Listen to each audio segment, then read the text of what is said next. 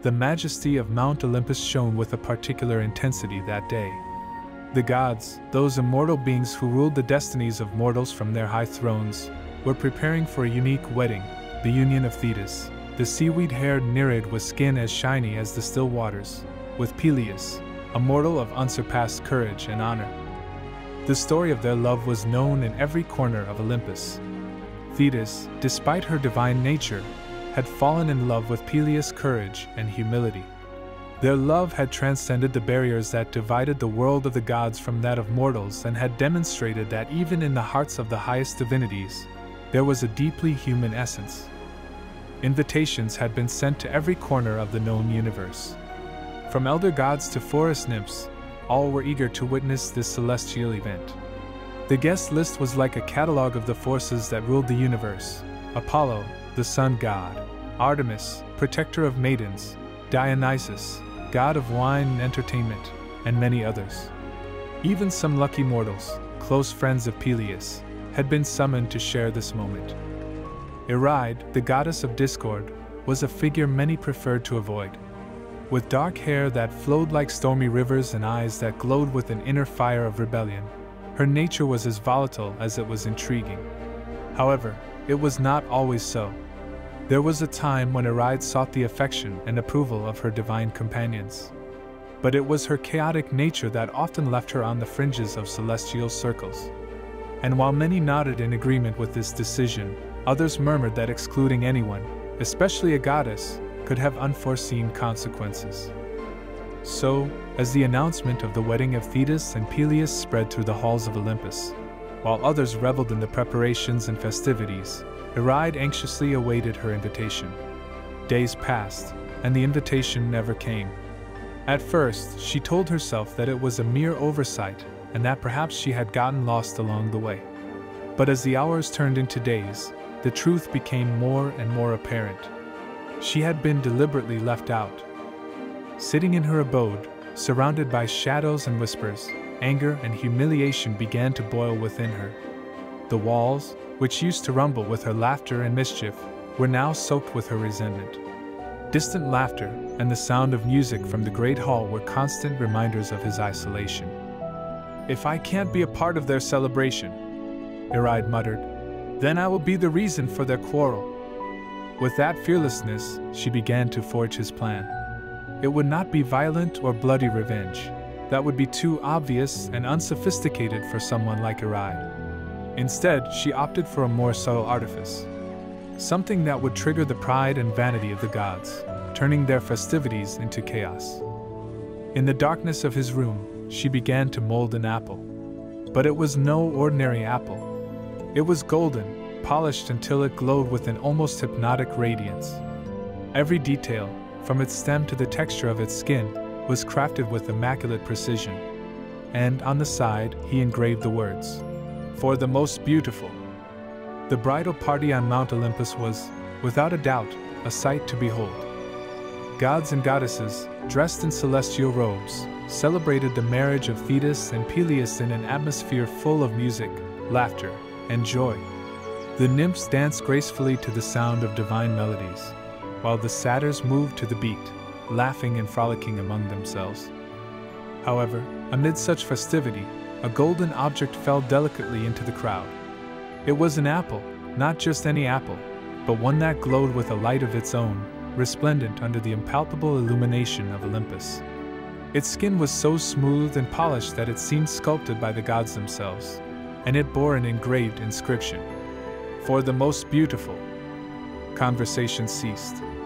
All eyes were fixed on the object, but it was three goddesses who were particularly attracted to it: Hera, queen of Olympus and wife of Zeus; Athena, goddess of wisdom and war; and Aphrodite, goddess of love and beauty.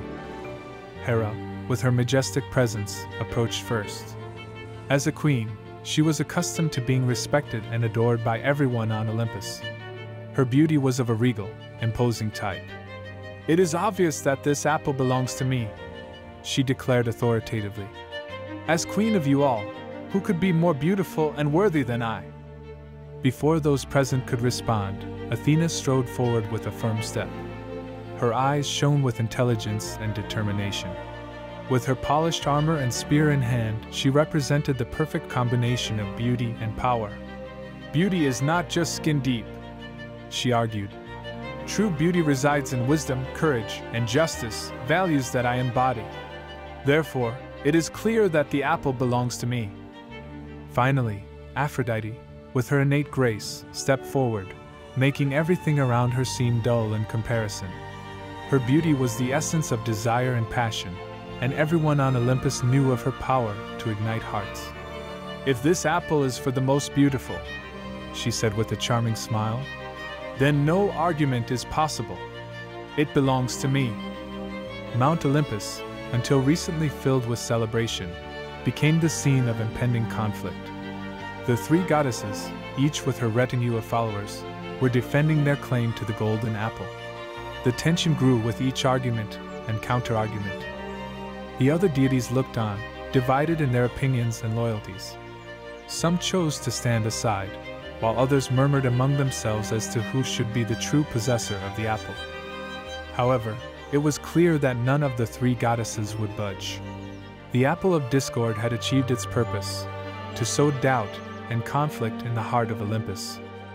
The decision was not a simple one, and Zeus, aware that taking a stand between three of the most powerful goddesses on Olympus would bring grave consequences, saw in Paris an impartial solution. The Trojan prince, known for his justice and reasonableness, would be the ideal judge. Moreover, the fact that he was mortal would allow for some emotional distance and objectivity. Paris was on a hill near Troy when Hermes, the messenger of the gods, approached him with the divine mission. Although surprised, he accepted the challenge. Hermes explained that he was to choose the most beautiful goddess from among Hera, Athena, and Aphrodite, showing him the golden apple as the symbol of the disputed title. The goddesses, upon learning of Zeus' choice, prepared for the encounter. They knew that a simple judgment based on appearances would not be enough, and each one decided to offer Paris a tempting gift to tip the balance in her favor. Hera was the first to approach Paris. With the majesty of a queen, she said to him, "Young prince, if you choose me, I will offer you power over Asia and Europe, making you the mightiest ruler on earth. Kingdoms will bow before you, and your legacy will be eternal." His words were a promise of dominion and greatness, of a vast empire that would stretch beyond horizons. Athena, in her resplendent armor, appeared next. Looking directly into Paris' eyes, she assured him, "If you bestow upon me the title of most beautiful, I will grant you unmatched wisdom and skill in battle. There will be no strategist or warrior who can match you, and Troy will be invincible under your command." Her offer was a guarantee of protection and success in any conflict, of a sharp mind and supernatural abilities. Finally, Aphrodite, with an aura of unmatched charm and beauty, approached the Trojan prince. Whispering her offer, she promised, "Choose my beauty above all others, and I will bestow upon you the love of the most beautiful woman in the world. Her heart will be yours, and you will know a passion and devotion that no other mortal has ever experienced." His offer was not one of power or skill, but of love, a deep and enriching feeling. As Paris pondered the proposals, she found herself at a moral and emotional crossroads. Power, wisdom, and love were temptations difficult to resist. He weighed the consequences of each choice, and what they would mean for him and his beloved Troy. Hera offered him a lasting legacy, but it would also bring responsibilities and potentially the envy and rejection of other rulers. Athena offered him the protection of Troy and the possibility of a peaceful reign, but also the risk of falling into continual conflict as he was a peerless strategist. Aphrodite, on the other hand, promised him intense love, but at what price?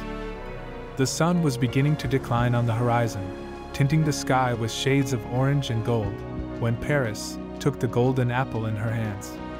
Its smooth, shiny surface reflected the seriousness of his decision, and though he did not know it, the fate of his city and its people rested on that object of apparent innocence. "Think, dear prince of love. Think of the whisper of sweet words in a receptive ear, of caresses shared under the moon, of a heart beating in unison with yours," Aphrodite whispered. "I offer you the love of the most beautiful woman in the world. In return, you must only declare me the most beautiful goddess. Aphrodite's words echoed in Paris' heart, awakening desires and dreams she had held deep within her. He imagined the joy of true love, the happiness of sharing his life with someone he loved with all his soul. Tempted by the promise of an incomparable love, Paris, with a sigh, extended the apple to Aphrodite, accepting her offer. But Aphrodite's promise was not as simple as it seemed. The woman she was referring to was Helen, Queen of Sparta, already married to Menelaus. A woman whose beauty was said to be incomparable, but who was also beyond the reach of any man, especially a prince from an enemy city. When Helen and Paris met, the attraction was instant and undeniable. Under the sway of Aphrodite's power, the two fell madly in love. Without thinking of the consequences, Paris and Helen fled together to Troy. Their passion blinded them, and at that moment, they existed only for each other. Menelaus, king of Sparta and husband of Helen, soon learned of the betrayal. His fury intensified when he learned that his wife had been seduced and taken to Troy by Paris. The disgrace was not only personal but had spread to all of Sparta, and Menelaus could not, and would not, let it go unanswered. Quickly, he gathered his allies and began preparations for an expedition to Troy, to recover Helen and punish the city and Paris for their audacity. News of the impending war spread like wildfire throughout Greece, and many heroes and kings joined the cause, seeing in it an opportunity for glory and riches. Meanwhile, in Troy, Paris and Helen were living their romance with an all-consuming intensity. But the city walls began to fill with rumors and whispers. The Trojan people were divided between those who supported Paris' decision and those who saw it as a reckless move that would bring ruin to Troy. King Priam, Paris' father, was in a difficult position. He loved his son, but he also knew that the decision to bring Helen to Troy had been rash and dangerous. Tensions were growing as news of the advancing Spartan army reached the city. As Troy fortified itself, preparing for the siege, Paris began to understand the magnitude of her choice. A passionate love and a divine gift had become a threat to her people and her home. The golden apple, though beautiful, carried within it the poison of tragedy.